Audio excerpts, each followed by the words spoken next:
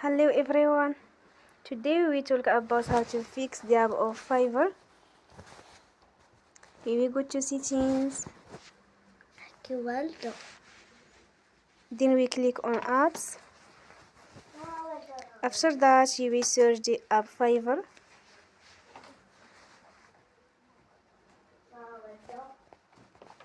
And you will click the wheel on Forcestop. After that you will go to storage.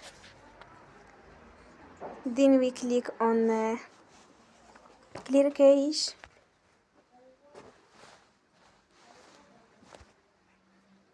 You will go to Play Store and you will update your app. Don't forget to support us by like and subscribe. See you next time and thank you.